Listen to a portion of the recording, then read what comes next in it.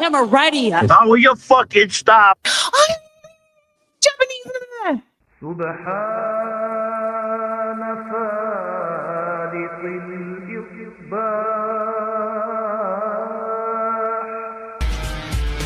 Yes, that's right, infidels. Your day's not over with yet. You're not kicking back, relaxing. You're about to be taxed again. So pay your dues, rise and praise, and give up your chair to the true veteran of the locker room, or your ass will be out on ring crew the rest of the night. Hear me now. It's the Strangler and Mondami's main man, Mr. Hamin, here on the Friday Locker Room. YOLO!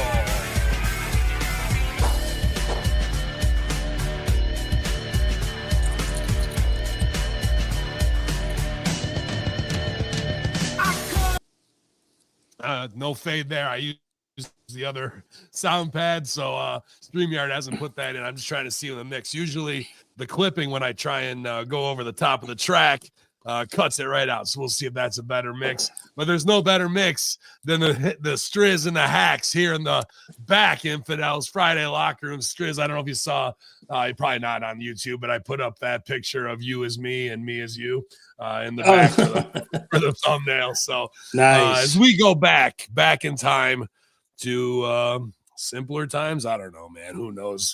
Yeah. Every day's a fucking adventure. But we're going back, older, fatter, and balder. And the tag team specialist, the booker man, the logistics operations head is here with us, Strangler Steve King. How you doing, buddy? Well, I'm doing great, but this is a level 5 DEF CON nuclear office only edition of the Friday Locker Room as the time ticks down before the 2CW reunion shows on Friday, November 21st and Saturday, November 22nd in Watertown, New York at the Exhibition Hall. Night 1, the Hardy Party.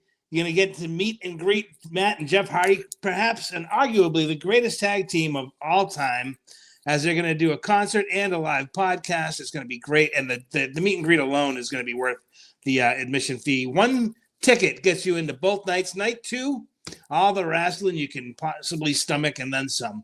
And we have Godfather coming out. We have, it's becoming a Moose. Moose is going to be Rich there. Swan, the Rascals. Santana. Yeah, the Rascals is the thing crazy. that I'm looking forward to the most. I can't wait to see them. I've been watching them on TNA and / NXT here and there, and I can't wait to see them live and in person. It'll be my first time seeing them in person, so I'm really excited about that. Also, for the first time ever, and possibly the only time ever, the entire Wednesday Locker Room, including me, myself, and I, we have the Andrew Bello, we have Billy Ray Valentine, and even our 4th honorary member, Colin Wysong, in the house for the very first time at the same time.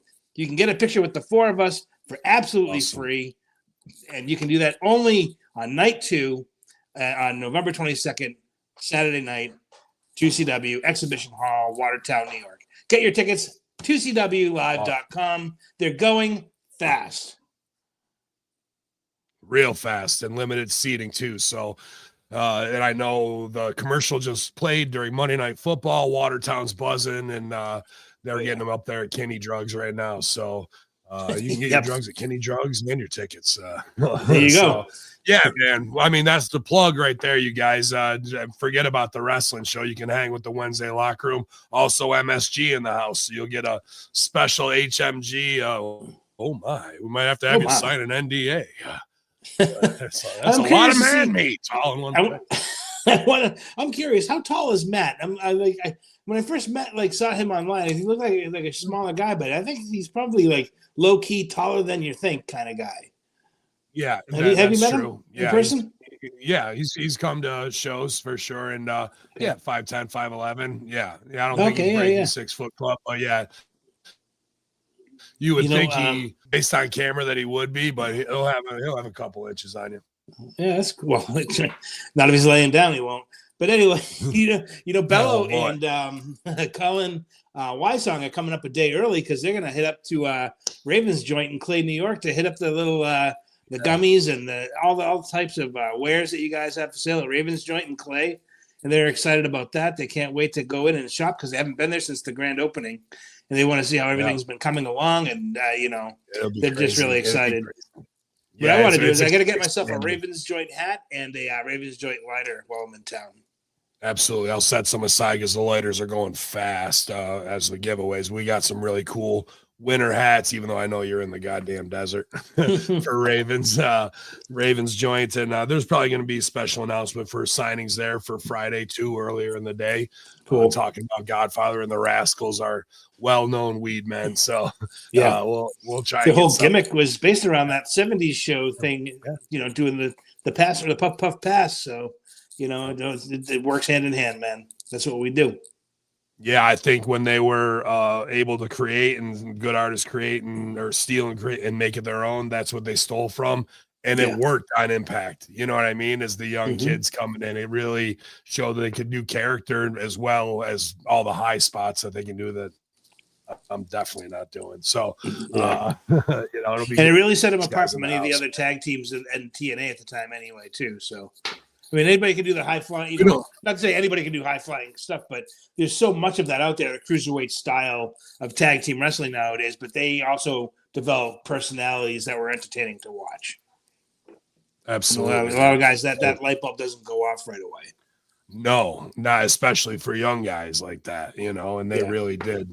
So whoever was producing them, I think kind of set them free, showed them what to do, and the rest took care of itself. Like lowbrow comedy is a great way to start to get a laugh, And I think they even remember putting the laugh track in. They didn't at first, and then they did after listening to Back to Top back in the day. So, but that's the highest high spot is at Ravens joint, no doubt.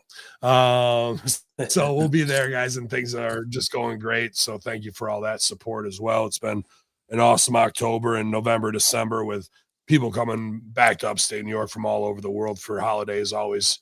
Well, I don't say always. It's our second time through, really boost sales too. So kicking ass, and hopefully the staff is getting over being sick. Sorry, guys, my voice is trying to hang on here. I don't sound my normal self a little bit. Laryngitis is kind of the last phase, I think, because I got a good workout in today, got back in my program, and felt like that kind of knocked out the rest of my body weakness today that was kind of still gripping me. So right now it's just I sound like shit, but I feel a lot better. That's for goddamn sure.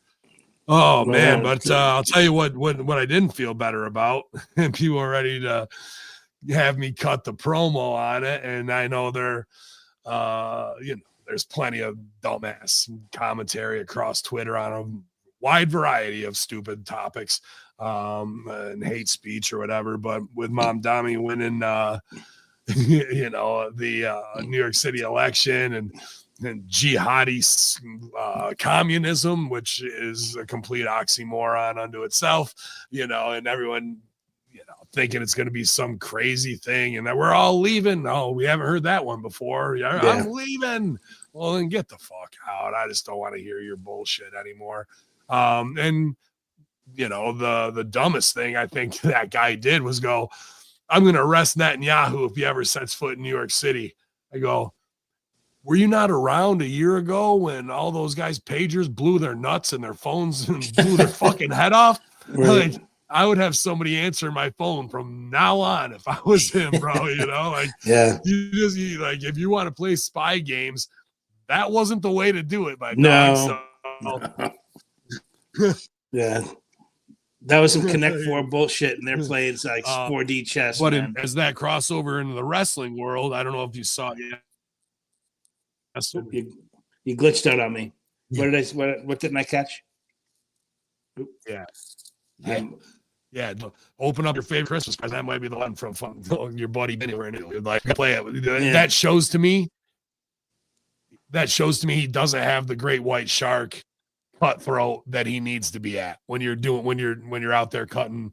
I'm gonna pipe bomb and fucking get over. You know what I mean? No, he got over, but it might be a short title run for him. Is all I'm saying. Yeah, New York politics has always been kind of a messy situation. So luckily I don't live in New York, but I mean, think of it like this. It's a good thing that he won, because either one, he does a great job and New York City runs fantastically, which is what's needed, right? Or number two, he does so poorly that you never see anybody from that, swath of the Democratic Party ever get another shot.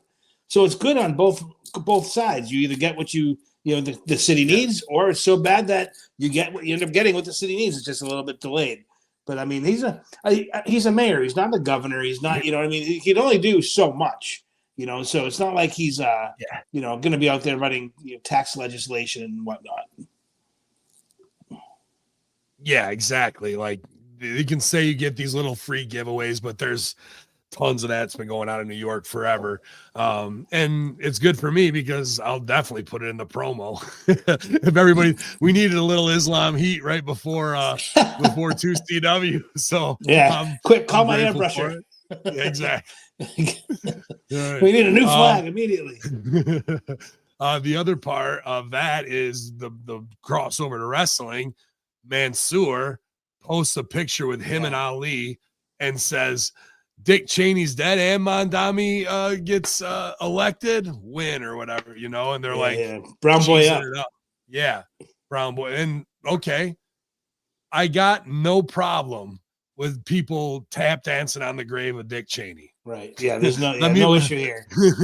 My entire id is to fucking spit in the face of the Bush regime from day one. So I got no problem when people are like, they're celebrating death. Yeah.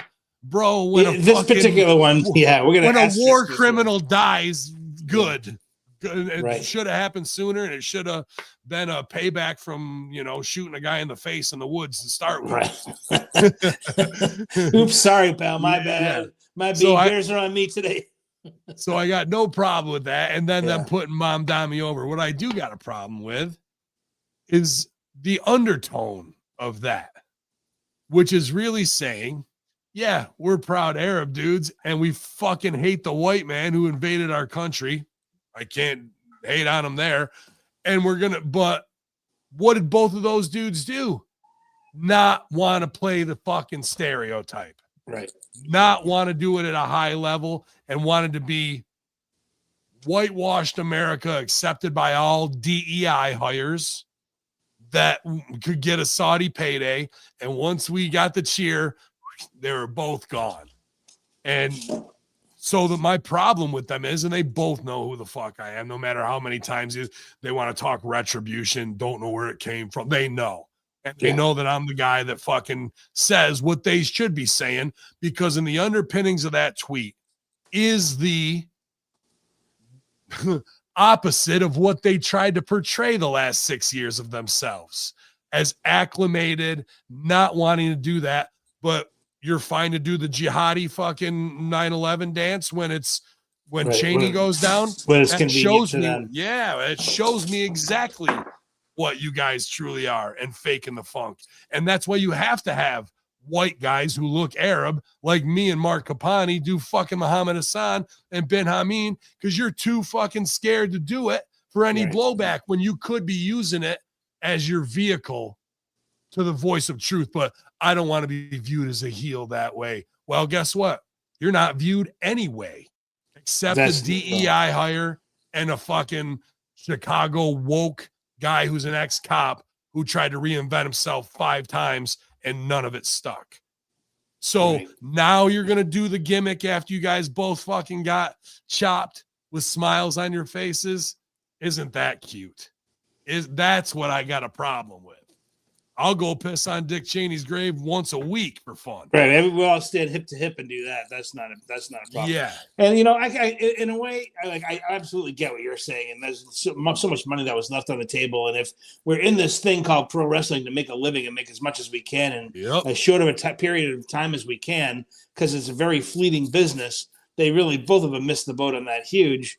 And it has nothing to do with their work rate. They're both fine wrestlers and stuff and whatnot, but they really struck out on, taking something that could have been really white hot and but they didn't want to be pigeonholed or whatever their ideal was of not wanting to be known as this character, that character. It's like throughout the years, people have had multiple personalities. It's like you go through this thing and you play out this role, and then when the time is right, Sergeant Slaughter said, "I want my country back," and he got it, and everybody cheered him, and he was a babyface again. Yeah, you need to look at the bigger picture of this and be like, this isn't really what I wanted to do. But one, I'm going to get prime television time. Two, I'm going to get let me give you one right now. Yeah. Up and down, that big you chiseled chin. love the Yeah. I tried to get out. Hell there. yeah. I know you love the. I love it. It's my favorite thing in the world. And then like, and so yeah, number one, TV time. Number two, white hot heat. Number three, the payday and bookings that go along with that. And then you show the office, hey, this kid's got chops. He can do any role we want. So when that thing does tear off, now we can do more with you. Or you take a 6 months break and we bring you back and we tell your story of your coming of age or your whatever it was, you're making peace with whatever it was, and now going on to this new chapter in your life. That's what wrestling is. It's just you're telling stories. That's all it is. And they miss the opportunity to tell a lot of great stories and make really, really good money doing it. Oh, and the other part of that now is to have the underpinnings of that. And I guess Fox News reported that tweet of like, but they're only working for AEW, who's also a half-ass Arab guy who doesn't own it and put it over, and want to do anything like that, when that's where the money is to make baby faces. So they have this underneath the surface, but, we have to have the pride. Well, you were fine after you didn't want to be the DEI hire and they cheered you and they turned you into a runway walking fashion model queer. Go try and sell that to KSA. Right. Like, you have so much integrity that when the machine there says it, but now we can flex like we're over, dude. Right. Or the fact of your woke Chicago cop who wants to be a wrestler, very talented. I'm not saying Muhammad Ali's not talented or Ali isn't talented, but it's the non-commitment to the bit. When Retribution comes out and we're doing how it was supposed to go, and Molotov cocktails, and they never should have wrestled. And then Meechin says, we're not terrorists on 4 weeks in. The next week, it's fucking an audition for Cats with stupid fucking faces in the camera. So they don't want to commit to anything. They all want it handed to them. I think this is a generational in the way they want it packaged. This is a generational thing that I've seen quite a bit of. Like this, I'd say from 2010 to now, guys are almost afraid of getting real heat in wrestling because they came into a completely different business. When I came into the business in 1992, it was still very kayfabe, and you had to really prove yourself to get anywhere in the business just to get bookings, And it's not that we didn't know that the fans knew it was a work, and there was a bit of that to it, but you didn't just hand it to them and say, yes, we know that it's a work. So we treated it as if it were a shoot. We protected it. And we took care of it. And something happened around 2010 where it was just like, open the floodgates. Let's let anybody come in and do this.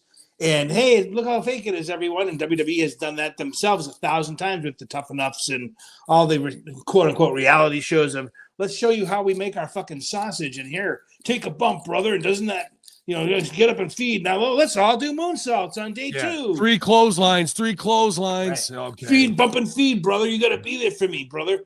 And then there's like the overexpose of wrestling, which Vince was hell bent on for so long, and they still to this day do it with that crap. And like the LFG show, like let's just show everybody how we do our magic, which is why it's not magic anymore, and that's why nobody watches anymore because we've given it away so much. And that like to these kids, they're like, I don't want to get that much heat because I brought 5 friends. I want them to cheer me. Yeah. And can I go over tonight? And it's like, I got to get my springboard fucking head scissors over as a heel. Right. What? And that's another thing that like nowadays it's like the AEW model is not to tell a long arcing story where we have a big payoff in the end. It's about these moments that they're trying to go viral through crazy moves during a match. If we can get this quadruple flip over, wow, we'll get a lot of hits online. It's not, who is this person? Their impetus. What makes them tick as a person? Why is this person interesting to watch? No, wait to see how many flips he can do. Oh, it's going viral. We had 80,000 hits on this, and you got YouTube's hits. It's like it's a completely different mindset of what you're trying to get people to watch. Whereas the moves were like a byproduct of the storytelling, and now the moves are the most important thing because we do them and then we go to break. Then you come back and they do a whole bunch more. They go to break. Like they're losing the art of telling the story because number one, they're going to break during the middle of the story. Then you come back, we're in a completely different part of the match. Yeah. Every time, like when somebody is on top when they go to break, he's underneath when they come back, and you don't know what happened. Yeah, if you're going to catch a hold, If you're going to catch a hold and gig a guy's eye or fish hook him, keep it there. And then when he comes back from commercial, that's when we start working up. Right. So the whole point of going to house shows was to see how that guy got out of that and back on top, because you cheered him and you got behind him and you pushed him and he, didn't want to let you down. And, that was the whole psychology of the match. But when you go to breaks during matches, you've ruined the psychology of wrestling. And, the WWE has been the major number one proponent of destroying its own business, which is insane. But there's never a reason to go to a break during a match and somebody goes, well, it's a hook to get him to come back. No, it's not, because now it never makes sense to when they come back and they don't explain. Well, when during the commercial break, unless it was some spectacular thing they'll show a replay of, but that's so rare it never happens. And another thing it shows that the whole industry is such a work is that no match has ever gone to break and ended during the commercial. Yeah, that's why don't they come back and go, during the break there was an inside cradle and so won the match, let's go back and take a look at what happened. Never. Yeah, no, not one time. They're stuck to these format things that just become predictable and further expose that this shit is, and at the end of the day, as we can possibly make it. That's to go back to what you were saying about Mustafa Ali and Mansoor. It's like they're in that let's just get over today. Let's create this little moment and not thinking that long term. Now, how can we turn this into now I'm no longer the queer who brushes my hair for 10 minutes on TV. Now I'm gonna do something that propels this tweet into reality. And that meat grinder keeps going because Kit Wilson now is the woke I'm sure a nice guy. Never met him. Right. Talented wrestler. Gone after Royal Rumble. That has no money on it. What are you gonna do? One more try of this is the real me? Oh, okay. Right. And where's Elton Prince, by the way? I mean, he's the guy who kind of carried the team. That's his second injury. But not a good look, B. No, not at all. And what is that character in the rainbow flag, and I try not to put it on people I don't know that well or what their, mental state is, because they're just getting an opportunity and doing what they're told. But the company's the one that's at fault for not protecting them.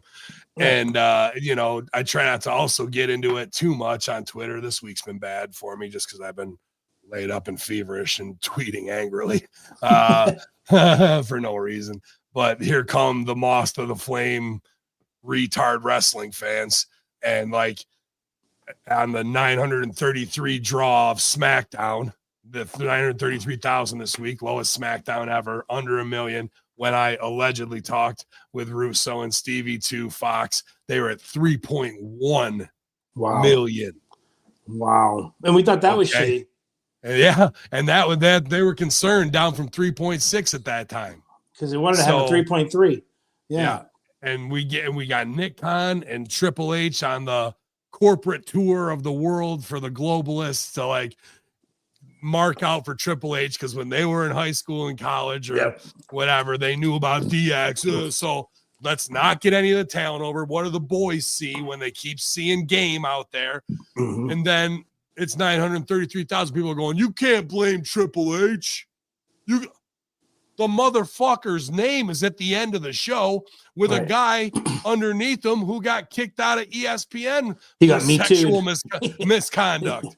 Yeah. Who is to blame if the Unreal is all about him and his creative team and putting these people over, then he has no idea, and all the blame starts and ends right there. I want to know. The World Series. It was the World Series, dude.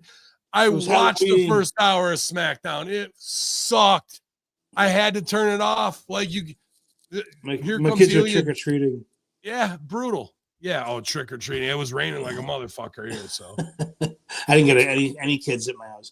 But, it's crazy. I would love to know what Vince thinks when he reads this shit, because he's got a mole that's like, hey, here's the top headlines. Bing, bing, bing, bing, bing, under 1 million. Wasn't at the show. Wasn't at Saturday night's main event. Can you see the steam coming out of his ears, or does he laugh and go, "What the fuck," Yeah, I think steam comes out of his ears. But that's the other thing. People were putting over Vince McMahon's a genius and he never would have. I go, I'm done with that conversation. Vince McMahon, maybe at one time in the 80s, 90s could have been, but really he wasn't. That was Vince Russo's genius that fucking made Vince McMahon money, taking over from his father's Carney show. The only part, and this is 19 NDA Vince, who'd rather be farting and laughing in creative meetings until he can go upstairs, do some belt squats, and then go have fucking slave sex with the girl that he fucking put in the legal department for no reason whatsoever. Like, that's not genius. That's a deranged sex addict. Yeah. Like, there is no genius in the last 20 years that came out of fucking Vince McMahon's head. From Cleopatra's egg to whatever the fuck it is, bro. To Katie Vick. It just does not stop with these idiotic fans who have no idea, or like, well, this tweet will age like milk that you fucking said Cody's a draw. Cody is a draw. Anybody's a draw if you have the right creative storyline around him. Mikey Whipwreck was a draw in ECW. Mm-hmm. You think you put him on a poster, people are going to go, I got to go see that guy. But no, you're going to wait until something happens. He gets hit, knocked out, and falls back on a guy and wins. And you're waiting to see what that surprise reveal of how they're going to do it different than they did last week. That is the draw.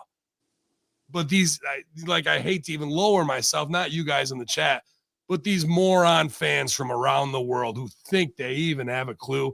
And then by the second tweet where they come back at HMG or whoever, you're like, okay, this person's autistic, Asperger's. I can completely tell. It's like that. It's just, we have the lowest grade fan base. 70% of them are, should be on fucking, who knows, Ritalin, lithium, whatever they need. A mix thereof. Yeah. I do think at one time Vince was I don't know if a bona fide genius, but a very smart dude. Because I heard the smartest thing he ever did was put very smart people around him, and that's always been the case. Like with when it comes to technical directing or how to shoot, how to light, how to audio. The things like to this day that AEW can't get audio right is I don't understand. Yeah. But I'm really tired of people being called geniuses who are derelicts. The guy is a Carney trailer park scumbag bucking to try and be upper class elite. I don't care how many billions of dollars you have. At your root, at my root, I'm a chop wood, carry water son of a lumberjack who happens to be a theater kid. He is a guy with daddy and mommy issues from sexual abuse that sent him spiraling. Hasn't slept in the same bed as his wife in 20 years, lived in the fucking boathouse. Who knows who she's banging? Wanted to do a storyline where he was the father of his fucking daughter's child. If that doesn't tell you about what happened to him when he was 10 or 12 years old with his own stepmother, like that's who you really have. This, because we did a 6-part Netflix documentary, that exposes more of him, of who he is, than puts him over. To me, it's just crazy that 90s celebrity worship that still is in the root foundation of Vince is coming back. He's gonna make it all right. He's not. He couldn't do anything for the last 20 years. Right. 14th and I is gonna do nothing. Right. It's just a place for him to go and yell at people and feel like he's important. Yeah. People get screamed at and get the paycheck and go home and go, we did nothing today. It's like a cosplay CEO executive boardroom where nothing will happen, bro. It's like what I think, it's like how I picture Biden's retirement. They still put him in a suit and put him in this pretend room that looks like an Oval Office and go, gee, Dad, you're doing a great job as president. Boy, you sure beat the snot out of Donald Trump. Yeah, they got a doll that's dressed as a 12-year-old girl. He can sniff its wig. He just takes hits off the kid's head. Yeah, because you're not going to tell him he's not the president. He's just kind of like, no Joe. He's just out there doing his weird shit. So Yo Joe, and knowing is half the battle. So that's the long way around on fucking that man's sewer tweet, and was Triple H at 9:33, and everybody blowing that up where, this is what we do. This is how we do. Well, I'm seeing what you do and not impressed. In the ring, sure. Great character, top guy, but none of that is translated to, oh my God, this creative is unbelievable. The formatting of these shows is so captivating. In fact, it's retarded less down to a level below McMahon at this point. You know, so it's rough. I think one of the biggest gaps, and I'm sure you're going to get there, is just like the talent. It's just been the same faces for so many years, and they're just trying to like making the Usos singles guys. And like there's still a little bit of money left on Jay if he can get his shit together. And but there's just like it's like Punk been around for 100 years, fucking Lesnar been around 100 years. This whole year has been based on Cena, been around 100 years. Where's all the new stars? Where's like all these people from NXT? Where is everybody? Like, where's all the guys who are going to be tomorrow's champions and superstars? You know, like. Or how about Triple H saying we don't do? He's at that corporate thing. We're not doing stereotypical gimmicks anymore. Oh, you mean the Mafia guys in NXT aren't stereotypical? Oh, you mean out the mud? The Kabuki Warriors aren't stereotypical. Right. Like, how about the Los Garzas? You know, no, we're not doing. No, okay. Like it's just talk out of both sides of your mouth, meaning you're just giving lip service. You're not actually focusing on a product to make it better and anything. And then they're like, oh, you know, price is up because people are paying for it. $350 for Chicago tickets, bro, just for fucking nosebleeds. So by that same logic, if the show doesn't matter, can we get the audience down to 2 people in the crowd paying $7.1 million per ticket?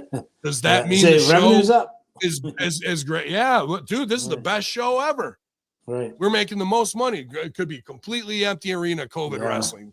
Prince Ben Salman and his concubine. Speaking of empty arenas, I saw a picture from that SmackDown. And the whole other side of the J hook was completely empty. It was like WWE was always the first one to rag on AEW for having those pictures come out of their things. And now if you do it to them, they're like, "What do you do?" You know, like, "Oh, how dare you?" You know. Yeah, like, and that was a 6,500 house with 4,200 people in it, not an 18,000 house with 12,000 in it. So smaller arena and still couldn't draw. See, it's almost one of the worst things to do. Like when you are hot, showing another sellout, because it's never ever going to last. Never ever. Like you can show the crowd and let the crowd speak for itself. And then when you don't do those wide sweeping pans, you don't really think about it. You go right into the action, or you do something, or you go to a backstage bit.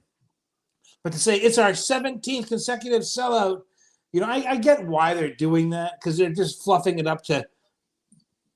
Did he go? I'm here. I just got to take this. Okay. I got to take this hoodie. Hoodie's killing me right now. Okay. I'm sweating like Michael Jackson at a Cub Scout meeting.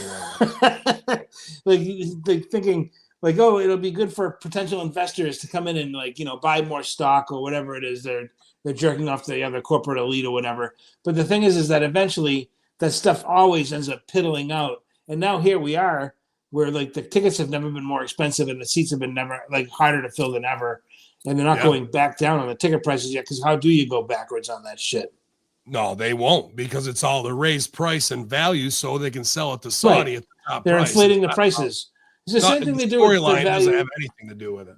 The same thing that TKO has done with the value by artificially inflating its value to sell it to the Saudis is exactly what Vanguard, State Street, and BlackRock did with artificially inflating the values of single-family homes. Yeah, they just made it seem like it's worth more. Here's what they did with the houses is they went and bought $100,000 houses and then resold them back to themselves and other company, shell companies for 3.5 times what they did. So now your new comp wasn't 100,000, it was 350,000, and here's 17 of them. So now your house is artificially inflated to 350,000. I bet you one day if somebody does some forensic buying of the tickets, they'll see that the people who are buying these $17,000 tickets were shell companies owned by TKO or friends of, or some sort of fucked up thing. Well, they must be worth 17,000. No. This isn't like Dave down the road who's a fucking plumber who makes $60,000 a year buying $17,000 tickets. These are all corporate LLCs and fucking backdoor deals that they're filling, or their TKO buys them through some shell company. Right there, because that's brilliant. I love where you're at right there. WWE, TKO, WME. Remember that move? Right. The parent of the parent of the parent? Yeah. Now, who does WME own? probably 60 other companies like that Oh, of yeah. LLCs that you've never heard. And those are the ones that are doing exactly what you said to raise those prices and jack it up, man. It's not that this is the hottest ticket. It's in demand. We got to be there. Dude, there's what you got to pay $1,700 to see Big Purse wrestle. Right. And you're going to watch 4 matches, and one of them is going to be like fucking Maxine Dupree versus Becky Lynch for 25 minutes. And that's what you're paying fucking $575. That's what you left your house, paid $70 to park your car in a garage, and had to get fucking takeout on the way to the show, get your fucking nachos for $17 and watch that fucking bullshit when you could have watched it at home for free? Yeah. Who the fuck's leaving their house to watch that shit? But Post Malone was there. Yeah, but Post Malone was there. Yeah, so because he's rep by Ari Emanuel and was fucking told to be there. Right, and was probably paid $10,000 to go to that show. Yeah, oh, at least. So, dude, this whole illusion of who's over, but what are you going to argue this with civilians? No. Like, it's just crazy, bro. So I did it to myself, even responding to some of this shit or putting it out there. But yeah, but in a way, like you have to kind of let that out somehow, because if not, it's like a pressure cooker inside. Yeah. So you have to kind of let a little bit of the steam out of the piston here and there.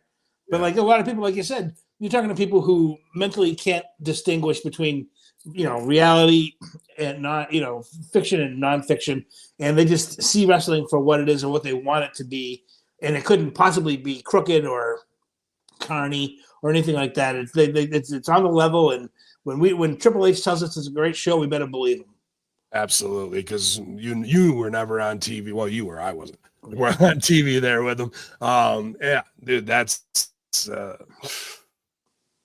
did it to myself. I mean, I should fucking $5 face slap myself. But speaking of those parent companies, and the shit coming down, TMZ Sports has Dana White on there.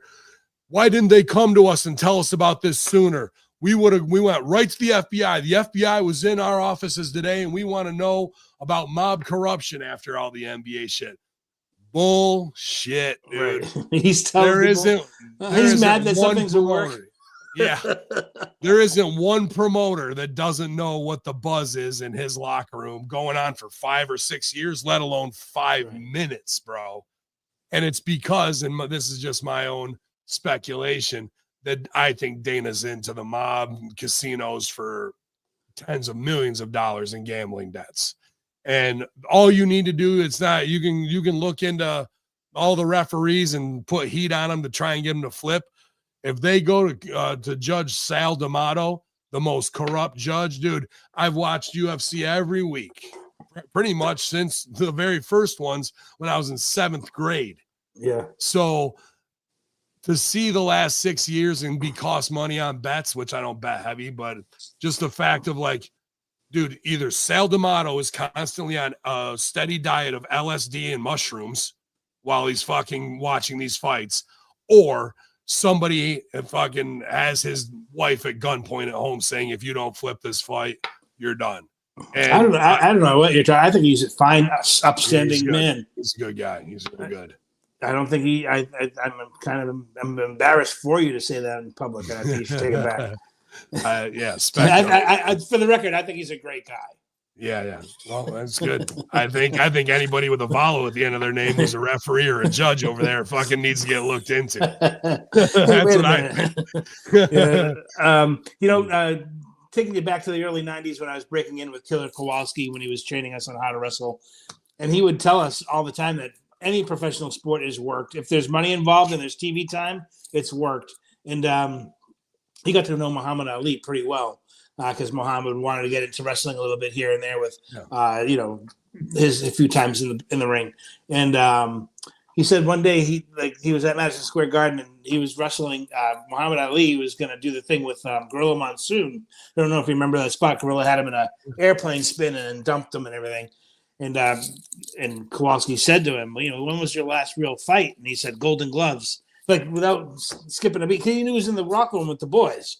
Yeah. The last time he ever fought for real was Golden Gloves. Everything professional was a complete work. Phony.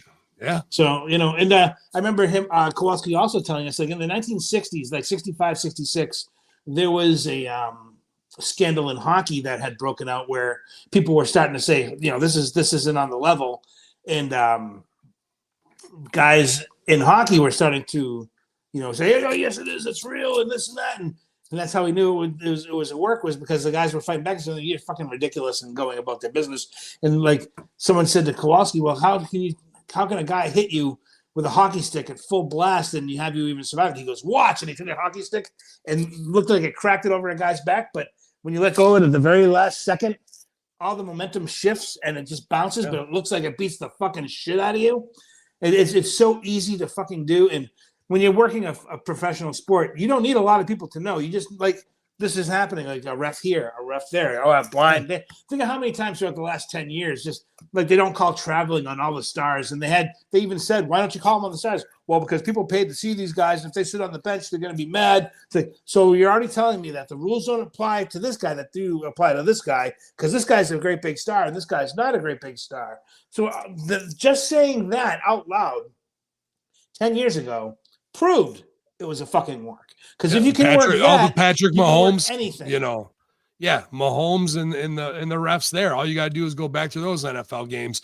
And to take it even further back, Arnold Rothstein, Shoeless Joe Jackson working the World Series in the 20s, right? Like, hey, how about Kurt Schilling and the Boston Red Sox having, Tommy John surgery like in the clubhouse and going and pitching another 5 innings with the bloody sock and all that shit, and then they saw that the blood had changed and like it was in a different direction. It's like, come on, guys, what are we doing here? Yeah. So if all of those sports are just as phony and fixed as wrestling, why isn't our payday equal to theirs? That's what it comes down to. Because we let it go way too early. Yeah. And like they swooped up with the TV. They got the whole TV time thing long before wrestling ever did. Yeah. Now wrestling's finally getting TV money, whereas baseball, people have bid on baseball for years. Same with basketball. You know what's no one crazy was bidding though, to get wrestling. Is last week there's a fight that's absolutely under scrutiny that the guy was kicking the shit out of the other dude, and all of a sudden he's getting choked out of nowhere. It made no sense whatsoever. And the line on that fight went from like 3 million up to 16 million. Oh, wow. Just in like the couple hours beforehand. Bro, the week before is the NBA shit. These guys are still just putting the pedal to the metal even more to try and cash in, like going, catch me. We're doing it over here. Like they didn't have suspicion already. MMA is so easy to work, man. It's so easy to work. It's very easy to get, like, even if you needed to get a stiff punch, just lean your fucking chin and take one stiff one and just fucking eat the fucking mat. Hey, think of the fucking $3 million payday. I'll take one across the fucking chin. Here's another stiff one. As fuck. For like 4 years, 5 years straight, when, like you said, they were making new stars. What WWE should do, make new stars. When it was old lion, young lion fights, 95% of the time, the old lion goes down and the young lion rises up. You think a guy at the end of his UFC contract isn't, this is my last fight, I'm going to put this kid over and make mob money on the outside? You know what I mean? Every one of them has the same script and who goes over, what round, so the dude's not that blown. Like, all of these as workers, we look at and go, Jesus Christ. Right. But at the same time, I look at it as a worker and go, okay, they're working this fight. Where should my money be? And I've done that maybe in the last 2 or 3 years on certain underdogs, which really aren't. I'm just looking at, there's the one they're probably going to work because it's the least, it's under the radar compared to other fights that are more high stakes, where they can put it on that and make their money. And people weren't really paying attention to that fight because they're looking at the semi-main and main. Right. And UFC showed its hand years ago also when they even stated that we're not going to be giving people fights based on their win or loss record. It's based on who the crowd wants to see and their personality. So when they started doing that, they proved that, like, your status as a fighter, win or loss, if it's legitimate, will have absolutely nothing to do with the bearing of how far you'll go in this company. If you get people to talk about you and you do your double birds and you say fuck you at the end of the thing and you get that cheap pop from everybody and everyone talks about it, you're going to go over, as opposed to the guy who, won his match and probably did a symbol of the cross. You know what I mean? Like, because we need to have Monster Energy drinks, brother, and that shit just doesn't work with us. Yeah, absolutely. And that's guys who dye their hair pink and green to guys who are MAGA conservatives to guys who are Russian Muslims. Yeah, right. So, and at the end of the day, there's no way Dana doesn't know. And dude, he's trying to play the.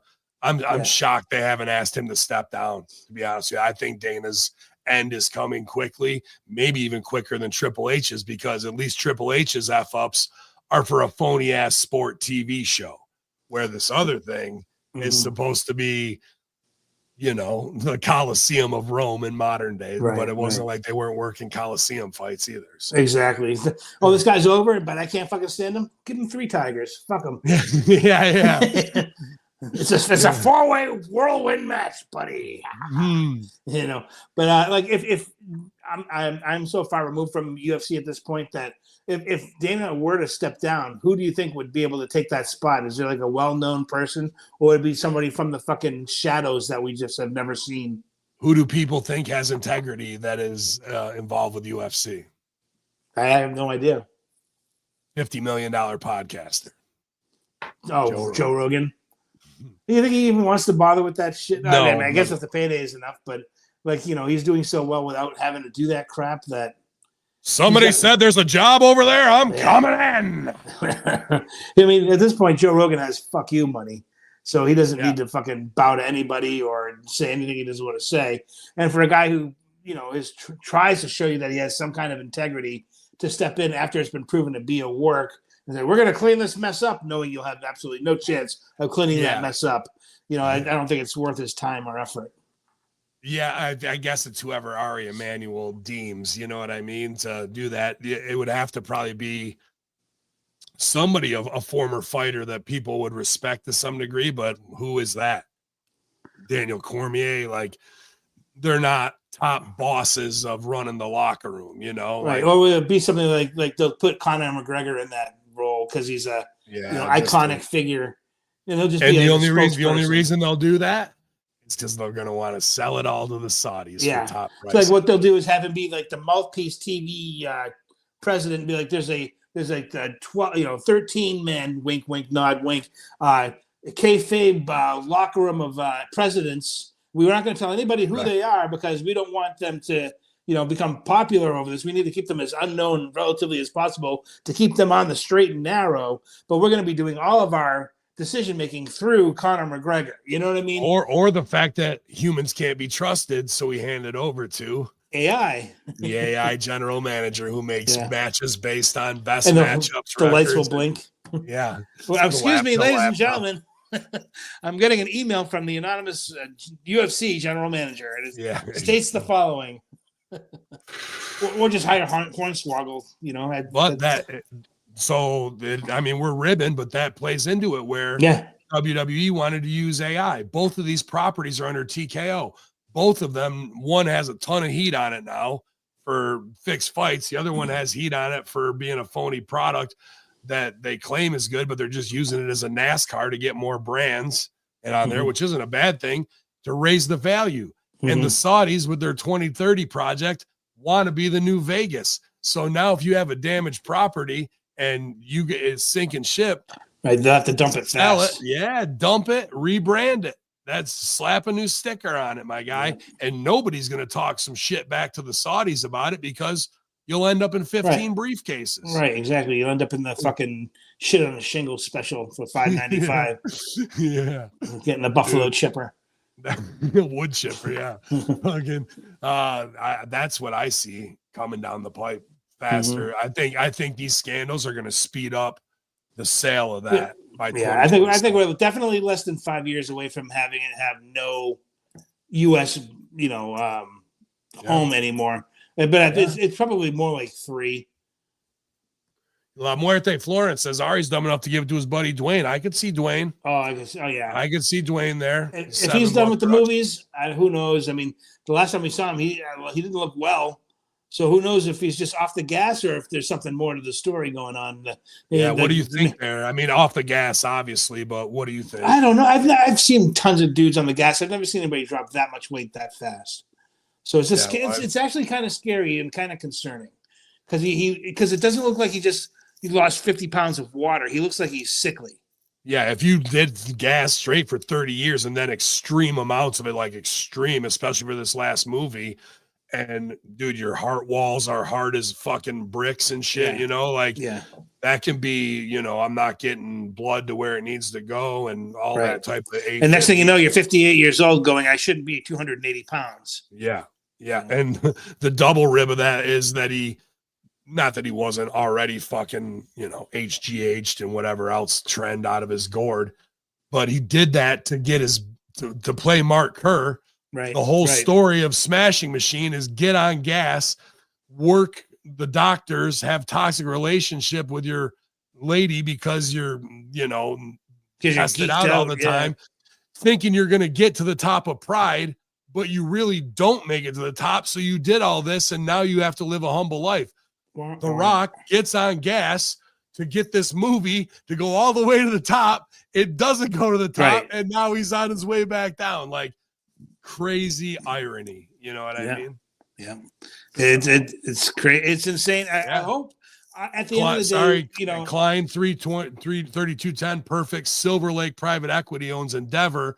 We're a part of the Saudis to buy EA.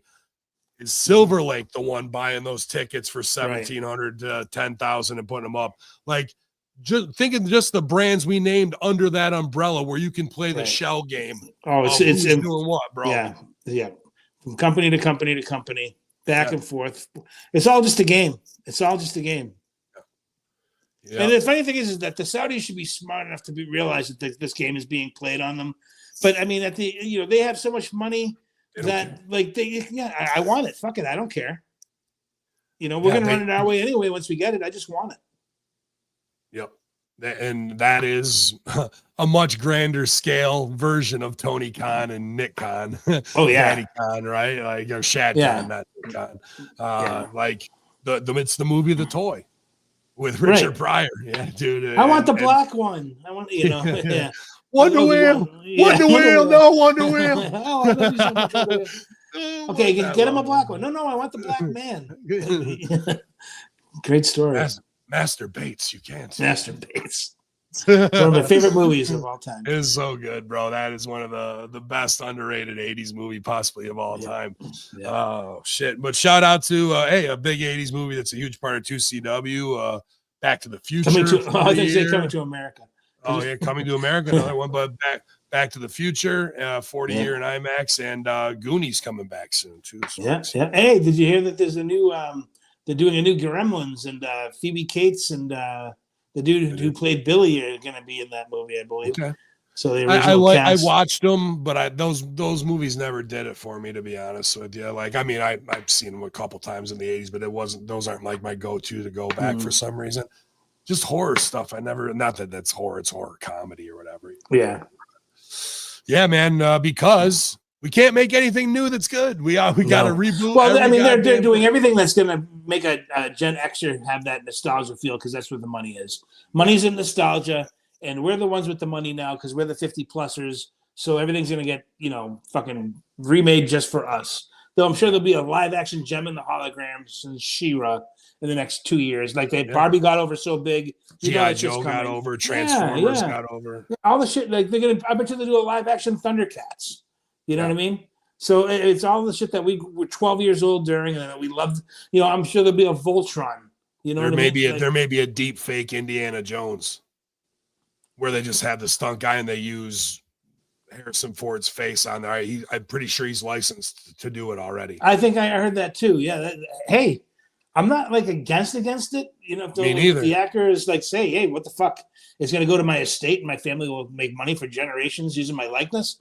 Go the fuck ahead. What the fuck does he care? What's legacy at this point anyway? And really, that's the future of, you want to watch the deep fake version with this person or that person or whatever. You want to watch Terminator of the original, but with AI, Brock Lesnar's the Terminator instead of Schwarzenegger. Right, yeah.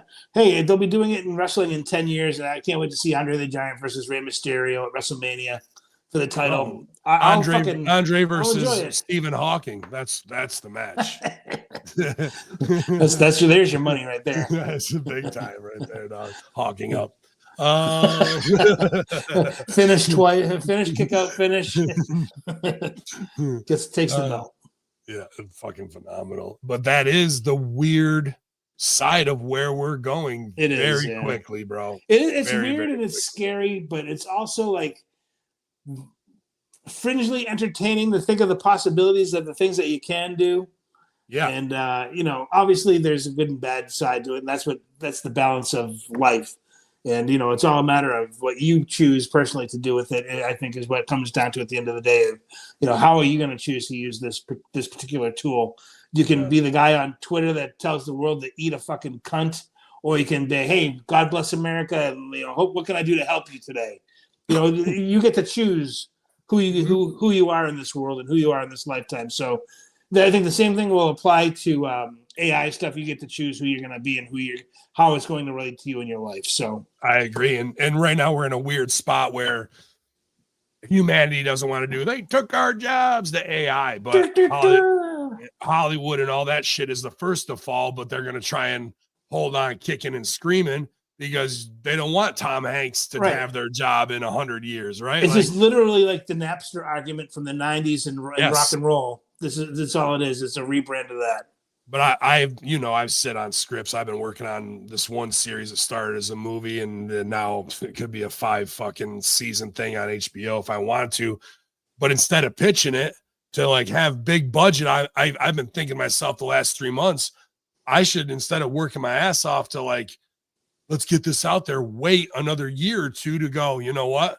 Yeah, I want this to be one of the first AI full productions to be proud of, where people go, oh, I mean, the tech isn't there yet, or but it should be something that becomes relatively inexpensive to use. Yes. Like now, to this day, we have iPhones that have 4K production. You know what I mean? Like, so it's broadcast quality. So it's just going to be a matter of like months or so before you can do the things that you're envisioning.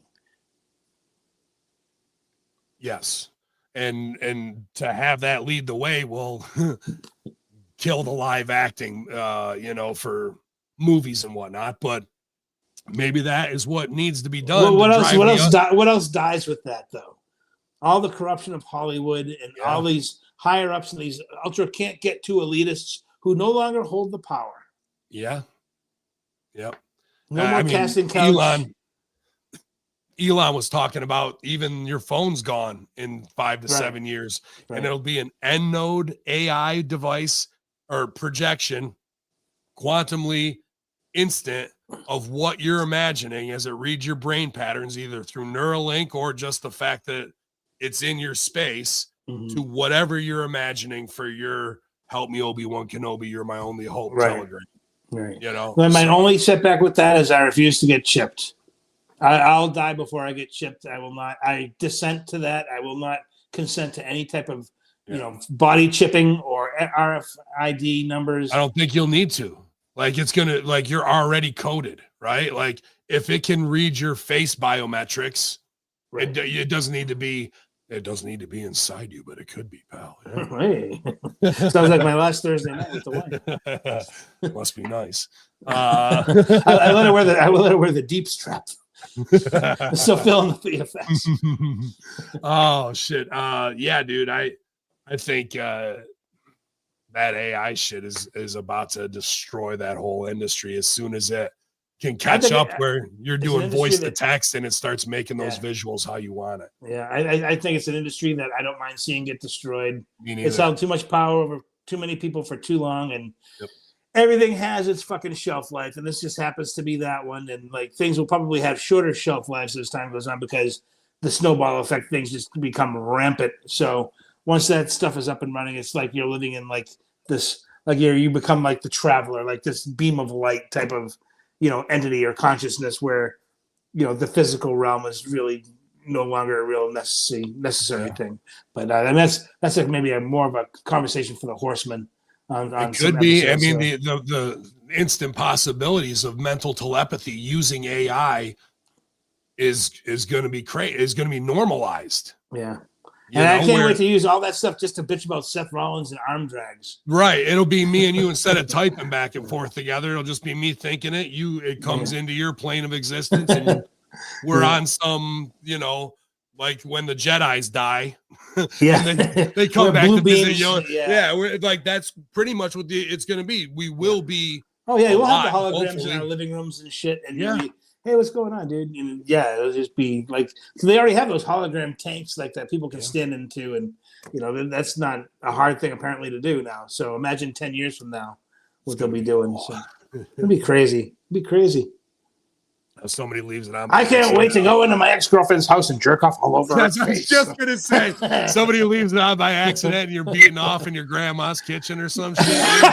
That's the thing is like, no matter how advanced we get technology, you're gonna want to still gonna be a monkey jerking off. Yeah, you're still just a monkey jerking off, bro. Yeah. Oh shit. I'm trying to think what other. Oh, here's the other hot button, dude. The Ridge Holland story. Oh yeah. So this kid, that just that name makes me, piping hot because how dare he? And for people who don't know, he's pissed that he got let go and doesn't have a lot of financial support through WWE because he had surgery and now he hasn't worked in a long time and his house payments are up and he doesn't know how he's going to make it. Well, guess what, dude? Your fucking neck isn't broken. When he broke Big E's neck, doing an unnecessary belly to belly on the outside and broke a dude's neck who would probably be working another 8 years in this business. It's hard for me to find sympathy for that kid. Yeah. Well, I mean, I don't know. He's hurt numerous people in the business over the years. Sure, but at the same time, I don't want that to be like, I'm glad you can't pay your mortgage. No, I'm not saying I know you're not. Yeah. But like people will take it that way. Well, fuck them. I don't care. That's what I'm saying. The mental midgets on Twitter are like, this is what you get for that. Like, no, dude, it's not that. But here's the follow-up. I don't know if you saw this today, but because he put that out there of like, I don't know what I'm going to do, there's a clause in his contracts. Even while you're released, you can't talk bad about the company. And that was enough for the lawyers to go, all right, cut his last 2 weeks' pay. So another fuck you from them. So now he's not even getting his November check. Right. He was supposed to kind of end at in November.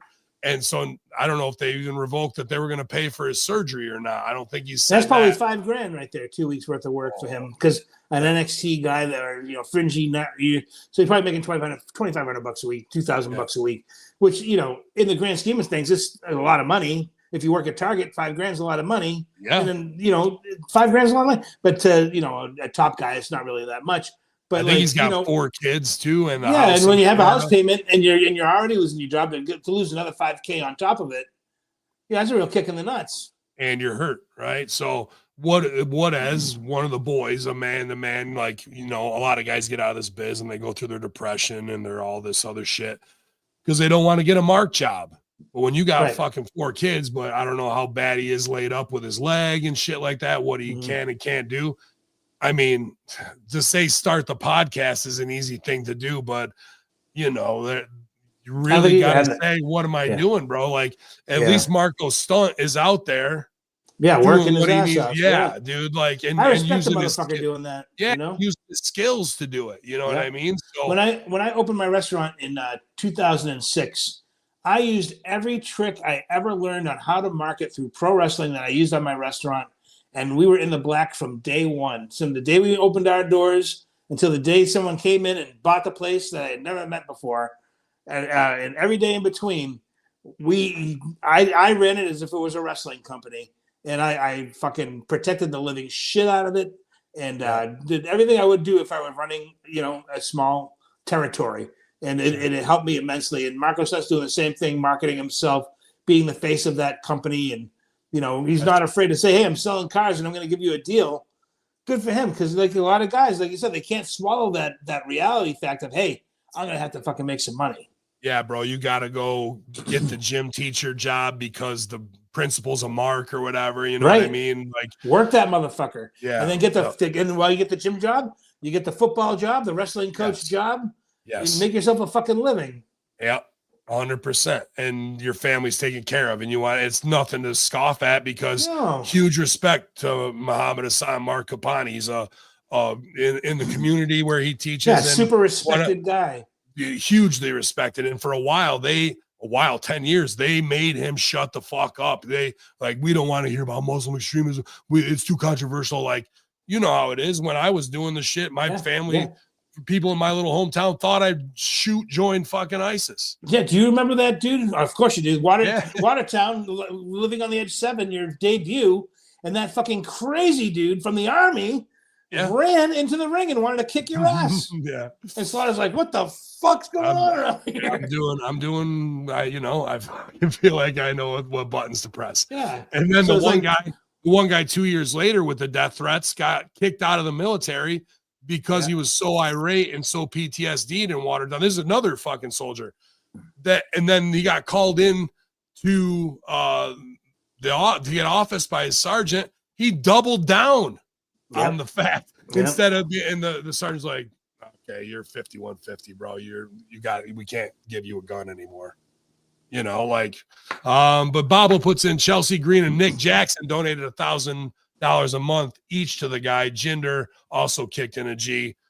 That's the boys taking care of it. That's some good shit right there, man. That means that he must be a fairly good dude. And I'm sure I know it was an accident. He didn't hurt Big E on purpose. Yeah. But I'm saying he ended a fucking guy's career and could have ended his life. We learned nothing. We're learning nothing from that because on that top-rated SmackDown of 933,000 was Ilya Dragunov versus Axiom, dude.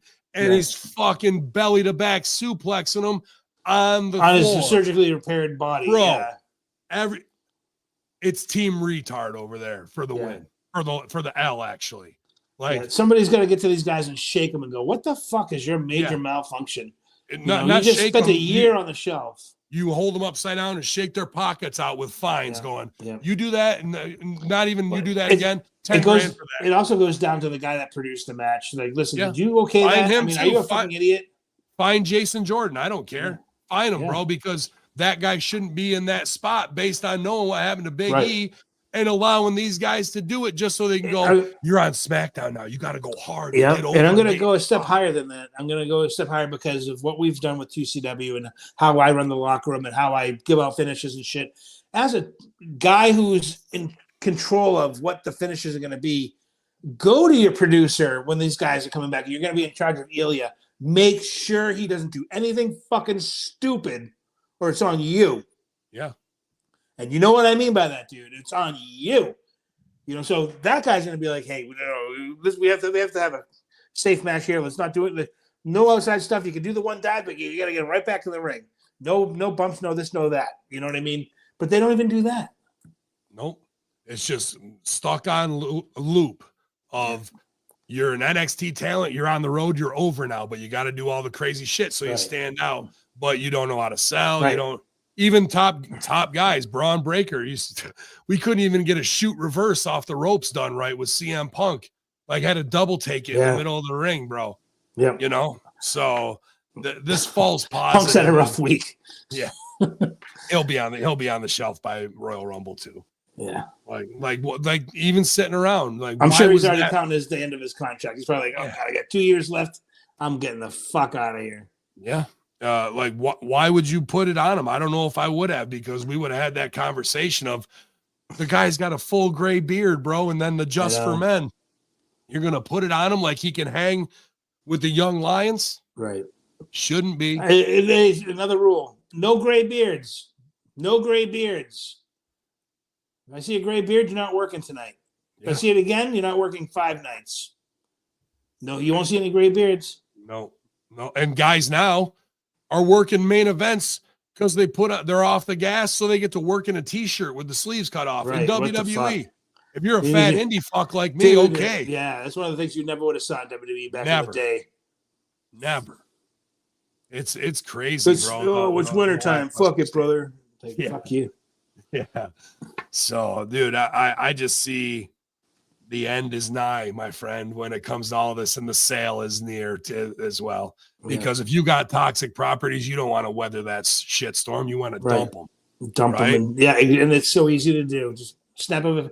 If anybody, because wrestlers are genuinely very stupid. You can just find a reason that in anyone's contract, be like, well, you fucking dinged one here, you dinged one here. Yeah. And you breathed wrong and you didn't shake douchebag's hand over there, and he's pretty pissed about it, so we're gonna let you go. Taker's pissed that your hand was sweaty. So we gotta let you go. Yeah, Triple H, you didn't touch your forehead at Triple H's nose, so fucking you're out of here. I'm sorry, pal. Yeah, I saw the other one that kind of popped me. They said that Raw went over, even though Raw was 3 hours and it was like 2:48 this week. We've been going 2.5. And then Shane Helms tried to like rib like the sheets going, oh yeah, we were scrambling back there. And I'm going, yeah, well, we watched Unreal. And I get it that Netflix doesn't need a time cap, but while guys were going into business for themselves, Seth and I think Seth and Punk, Bruce is putting heat on Abyss and shooting them death laser eyes. Like, what the, and then they don't stand together as the Office. They put those guys over for going to business for themselves, and Abyss takes all the shit from Bruce. Good job, guys. Yeah, until Regal has to run and go, oh, it's okay, buddy. Like, dude, that's that is the real expose, not forehead touching. Bruce Pritchard is a terrible person. Well, you gotta be to stay in that spot. Person. Yeah, you have to. You have to be a shark, and you have to be heartless. But you don't have to add shit to layers of shit. And he did that just to amuse himself. Yeah, you don't take a guy who's that fucking like. I don't want this guy to fucking hurt himself afterwards because he's that pissed at himself. You know what I mean? Like choose wisely. Don't. But they give up all their power as the Office that way. Yeah, they do. Because you are going, oh, we're super hot about it, but you guys killed it. You're over. And then they go to the back, and then like you've already been exposed. The tiger ain't gonna change its stripes, bro. Right. And just say to the guys, hey, wait till you see how he was looking at me during your match when they showed the footage that they taped of him looking at me during your match. Abyss should have been on both of those dudes' asses as soon as they fucking walked through the curtain. Or how about he goes, fuck you, Bruce. Yeah, fuck you. Or fucking going, Bruce, like, when they come back through here, have my back. I'm going in on them. And then Bruce will be like, all right, yeah, let's fucking get these. Like, no, don't start anything. Don't start. Yeah, one of the two, right? Like, you're going to feed He's him a fucking way. weasel. He wants to babyface the boys. And, he put heat on the guys he knows he can get away with it. He's a child. Sure. Yeah. He's a fucking third grade brain. That's all it is. Meanwhile, Michael Hayes over in the corner talking to God, getting finishes. Give me the divine finish, oh Lord. That's what you came up with, huh? Yeah. They're all putting him over that it's just a genius, absolutely genius stuff. Like, wow. Okay, buddy. So, but we'll see some genius stuff at 2CW, I'm sure. Hopefully I don't got to take no bumps. I'll tell you one good thing. Yes, I'll tell you. I was coming back from the glass shop yesterday at Raven's Joint and unloading boxes, and because I'm not above ring crew, and up comes Party Peacock himself, 2CW. I saw that. That's great. Yeah, and then my man Johnny Siggs came in as well, and we had the Moonlight Sun Mike Skyros. It was a big wrestling day yesterday. Pretty cool. 2CW style. So made the day go by quick, man. 14-hour shift was a lot, but it's 12, but hour commute each way. So yeah. Long days, but you ever get like little nodding off on your drive home? I really don't. I just kind of get into like the zone of autopilot. You know what I mean? Okay. It's a pretty easy straight shot down 31 all the way back. So it's just it's weird for me. I did like 9 hours like at work. Then as soon as I get in the car, I go around one turn. I start going. I'm like I have to smoke a cigarette on the way home just to stay awake. I kind of almost have that post-show wrestling buzz where I can't go to, but by the time I get home, I start going up the stairs to bed, and I'm ready for bed. It just hits me all of a sudden when I walk through the front door. So I'm thankful that I don't get because Sideburns has been the wheelman for every wrestling show, and I can, if I need to, if I've taken too many bumps or whatever. But I didn't say too many gimmicks. Yeah, no, I'm not a pill guy. Smoke one down, but dude. No, that's let's head home, brother. Yeah. As an old man, once that adrenaline comes down, my body's just like shut. Oh, I know. Yeah, it does shut you down. Yeah. So you have the fucking ride where I can't keep my head up, and I finally get home and I lay in bed and I'm staring at the ceiling until 3 o'clock in the morning. Yeah. I'll nighty NyQuil and take a fucking gummy, and usually I'm pretty good after that. So.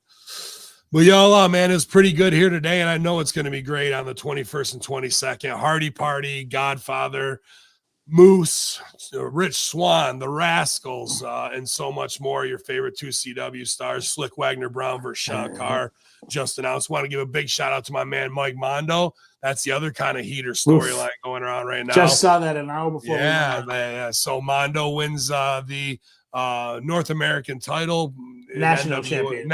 National championship, and NWA. One of the best in-ring minds I've ever been able to learn from, Mike Mondo. And he's with Aaron the Idol Stevens, obviously a brother of both of ours, coming from Kowalski Camp and OVW. To learn from both those guys, I was honored to get to work with them and that they would let me book them. And I beat Mike, so I should be champ, really. But then that 2 nights later, after Mike wins it, out comes Tony Khan with another belt, the national championship. And Mondo stands his ground today on Twitter, puts out not an FU, but there's only one national championship. And I'm the guy, Mike Mondo, and he even calls out Khan. And Khan would be very wise to open that forbidden door and bring Mike Mondo in, because Mondo will teach your goddamn entire roster how this shit really works, bro. Yeah. And do it with all the pride and love of pro wrestling that he has. And AEW is not an NWA property, and there's no affiliation, so I don't know why they think that was an important thing to bring back. But if you are going to do it, you might as well open the door and get these guys some TV exposure and have the tournament, have Mike come in with his beef, and have him be the one that ends up winning it in the end and carrying it for a year. What would it hurt to do that? Absolutely, and that you can get Billy Corgan face off with Tony Khan, right? There's tons of opportunities to get some eyes back on the product, and believe me, you put Mondo in the ring, he's going to get a match out of anybody on your roster. Whether you want him or not, he's going to pull it right out of your ass. Yep. So, he's not slowing down for anyone. Not at all, dude. And like I said, it was great to see Dalton yesterday. I wanted to pitch the Shitty Six because I am the master of the Shitty Six, and if I have to bump, I'd rather take 1/3 instead of all of them. But the bookie monster GGP wanted in. Obviously, my man Blaze Haram. But I wanted the Outrunners and Dalton Castle, but the edict came down because they got a show that weekend. No, that's right. AEW guys on the show. So that was disappointing because I was hoping to see a few other faces that I hadn't seen in a while. But it is how it is. Yeah, Nikki and Matt. I asked Dalton to cut a promo yesterday for us too. So if you want, I can stay on him about that because I know he wanted to be. He's a sweetheart. I would have loved to have seen him.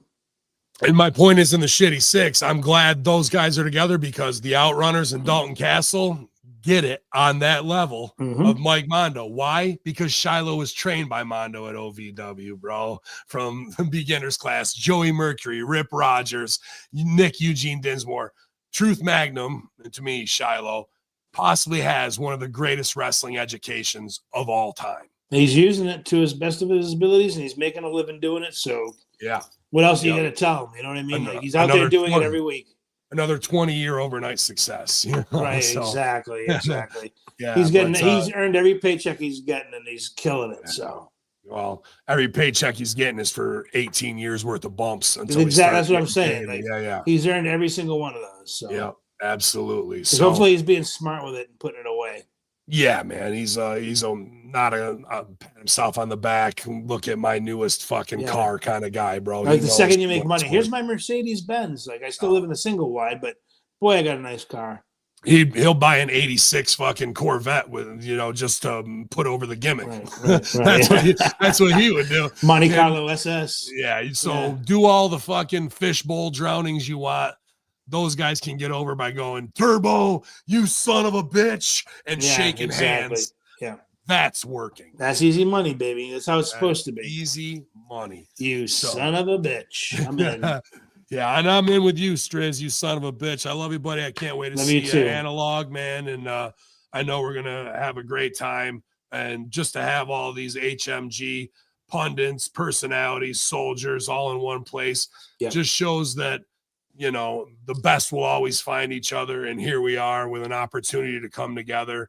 And that's what we do, man. So I'm excited for the weeks ahead at Ravens Joint. You guys, if you want one of those rooms at Comfort Inn that's only about 500 yards from Ravens Joint, That info's in the Hamin Media discussion group. And you can just call up the Comfort Inn in Clay, New York, and let them know that the Ravens joint rooms, you'd like to have one of those. And who knows, you might be next to the Godfather's room with a bunch of hoes. So, or partying with the Hardys, or not partying. Crazier things have happened. So I know Bobo's coming up. He's got one of the first rooms, him and MSG, so they'll cuddle up nice. But I know it's gonna be a fucking blast. So, Right on. Can't wait to see you there, buddy. Yeah, man. But hey, it's the Striz giving you the biz. It's WrestleChania season, pal. Yeah, look at this one. I got back in there. Man. All right. Nowhere near as you, buddy. But what can I tell you? Yeah, well, I'm on the sauce. But y'all, you guys, it's the Friday Locker Room Hamin Media Group late edition, early declassified kayfabe live stream. That's right. As who knows what tomorrow brings, and if it's an alien invasion, well, you better get your tickets because they're coming to 2CW too. So, but y'all, infidels, Hacker Hamin, the Striz, we're out of here. What Sting we going out with? Mark Henry. Oh, you want Mark Henry? Yeah, Mark Henry. I don't make the rules around If here. you're not Caucasian, then leave. Mark Henry. I'm telling you, I don't make the rules around here, okay? Hey, what are you gonna